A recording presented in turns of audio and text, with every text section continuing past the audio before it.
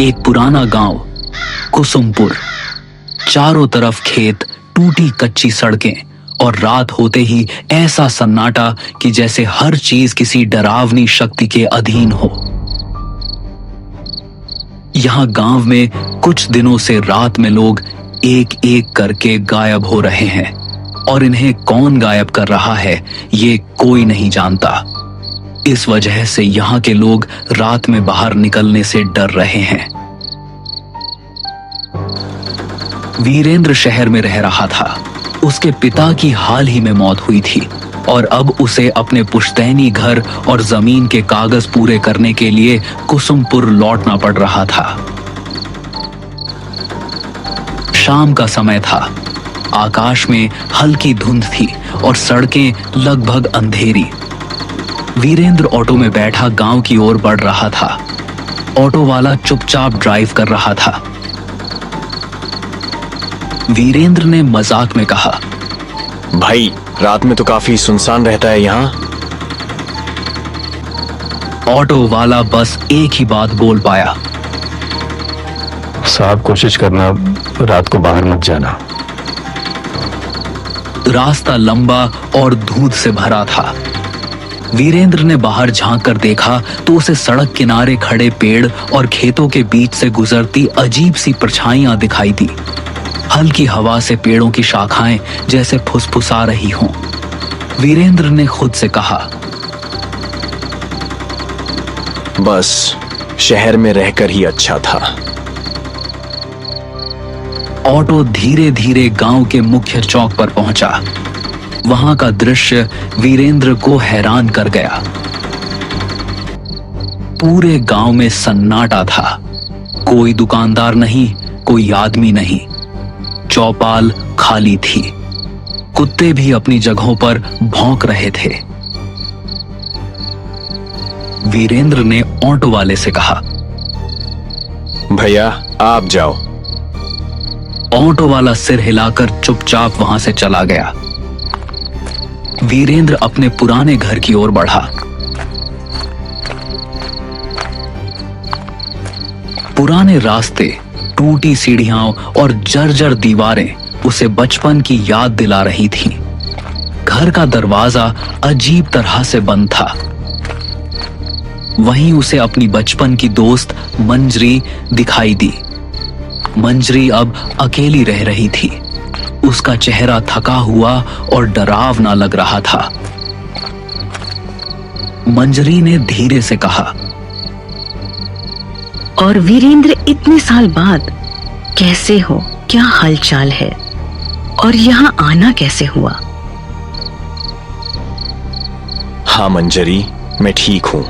मैं बस अपनी पुश्तैनी जमीन का कुछ काम पूरा करने आया था। लेकिन यह बताओ, ये गांव में इतना सन्नाटा क्यों है? वीरेंद्र, हर रात यहाँ कोई ना कोई आदमी गायब हो जाता है। कोई आवाज नहीं, कोई निशान नहीं। बस सुबह जमीन पर एक काला निशान मिलता है, जैसे किसी ने उन्हें जला दिया हो। वीरेंद्र ने हंसकर कहा, मंजरी, ये सब मनगढ़ंत बातें हैं। गांव वाले डरावनी कहानियां बनाते हैं। अगर तुम इसे हल्के में लोगे तो शायद बाद में पछताओगे। रात में बहुत अजीब चीजें होती हैं। आवाजें, परछाइयां और कभी-कभी नाम पुकारने वाली आवाजें। वीरेंद्र ने उसे शांत करने की कोशिश की, लेकिन उसके मन में डर बैठ गया। वह जानता था कि रात अब शुरू हो चुकी है और गांव का सन्नाटा धीरे धीरे उसे अपने घेरे में ले रहा है। रात गहरी होने लगी। वीरेंद्र घर के पुराने कमरे में बैठा धुंध से ढकी खिड़कियों के बाहर झांक रहा था। हर खिड़की पर अजीब सी परछाइयां गुजर रही थीं। कभी हवा में फुसफुसाहटें, कभी दीवारों के पीछे किसी का नाम पुकारना। वीरेंद्र ने सोचा, यह सब अजीब है, लेकिन उसके पास समय कम था। वो डरते डरते सोया। अगले दिन जमीन और घर के कागज कंप्लीट करने थे। वो धीरे धीरे गांव की गलियों में घूमना शुरू करता है। वहां हर घर का दरवाजा जल्दी बंद होता है, कोई बाहर नहीं दिखता, चौपाल बिल्कुल खाली। कुत्ते भी अजीब तरह से घूर रहे थे। वीरेंद्र ने महसूस किया कि जैसे हर कोई डर के साए में रह रहा हो। तभी उसे गांव का पुराना पंडित दिखाई दिया। पंडित बुजुर्ग और गंभीर थे। उनका चेहरा समय की मार झेल चुका था। पंडित ने वीरेंद्र को देखते ही गंभीर स्वर में कहा, वीरेंद्र, तुम यहाँ क्या करने आए हो? पिताजी के जमीन के कागज पूरे करने, लेकिन ये सब अजीब क्यों है? यह गांव शापित है और यह श्राप उसी जमीन से जुड़ा है जो तुम्हारे परिवार की थी। वीरेंद्र हैरान रह गया। उसने पूछा, कैसा श्राप? तुम्हारे दादा ने इस जमीन पर एक मंदिर गिरवाया था। उस मंदिर में एक रक्षक की आत्मा थी जो गांव की रक्षा करती थी। जब मंदिर टूट गया, आत्मा कैद हो गई। अब यह हर रात किसी इंसान की आत्मा खींचती है ताकि अपनी कैद से मुक्त हो सके। वीरेंद्र ने पंडित की बातों को बड़ी गौर से सुना, लेकिन उसके भीतर डर बैठ चुका था।